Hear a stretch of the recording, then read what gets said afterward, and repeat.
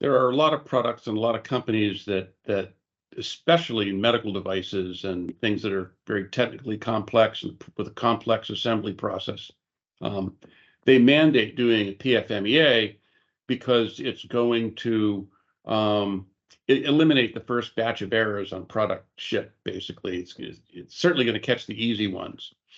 It starts earlier than you would think when you're analyzing the process. Um, Most manufacturing companies, including ours, we have a procurement process where engineers specify the parts that go into the product, and our purchasing group will then go out, find suppliers for those products, qualify those suppliers, bring the product in. There's a million things that can go wrong. They could ship the wrong part.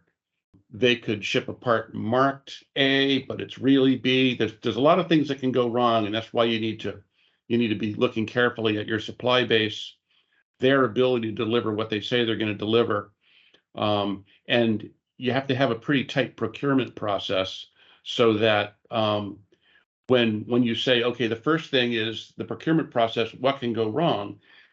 All of the off-the-shelf parts that you're just ordering part numbers, you can say, well, our normal process is going to handle that. And although it's very risky, startup companies, a lot of them, they'll just buy stuff off of Amazon and it'll come in, and it's perfectly good to do that and build some prototypes and get them working.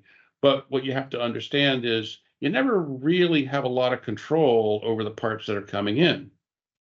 So your procurement process isn't very tight. You're going to get whatever, those guys send you.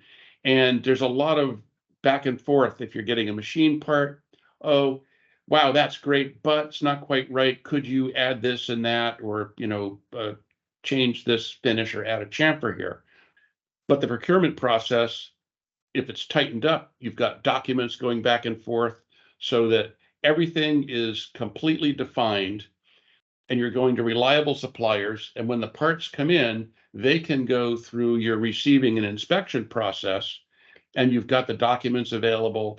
And many, many, many of the defects that would have ended up in the product are going to be caught by using competent suppliers and then having a receiving and an incoming inspection process that is complementary and checks to make sure, especially when you're setting up a new supplier, that everything's running smoothly. And now you know that the parts that you're putting into the process on the front end, into your manufacturing process, are good.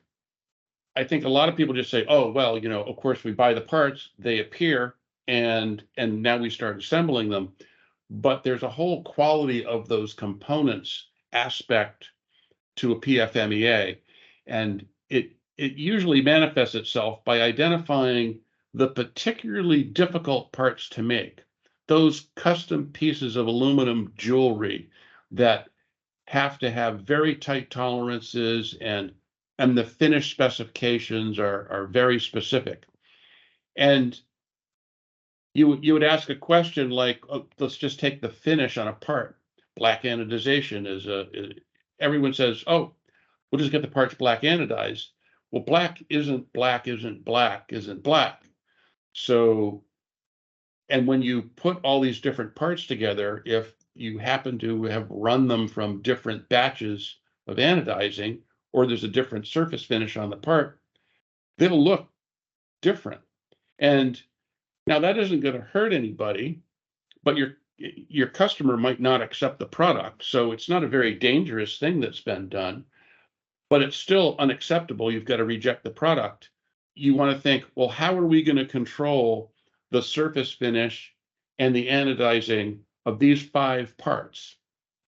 That's the kind of thing that can pop up in a PFMEA, so that you can get control of the parts, so that when they all go together, they look like they're one piece, all with the same finish. So that's a good example of something that it's hard to solve on the design side, because it's really a process problem. The design side, each part stands alone. One machine shop does this part, a different machine shop does that part. Then they go get them black anodized.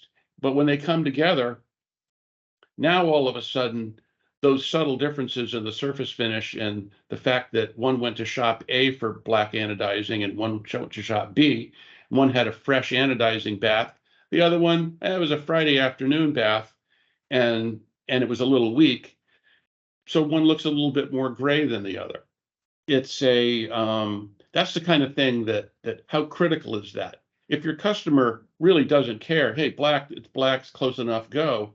And by the way, they may say that, but they don't mean that. When they get a part in that's black anodized and there are different shades of black, all of a sudden it's going to be, wait a minute, that isn't black anodizing. You can say, well, yeah, it is, and good luck with that argument. So that's the kind of thing that you want to pay attention to, and that's the kind of thing that would show up in a process FMEA. And we speak from experience.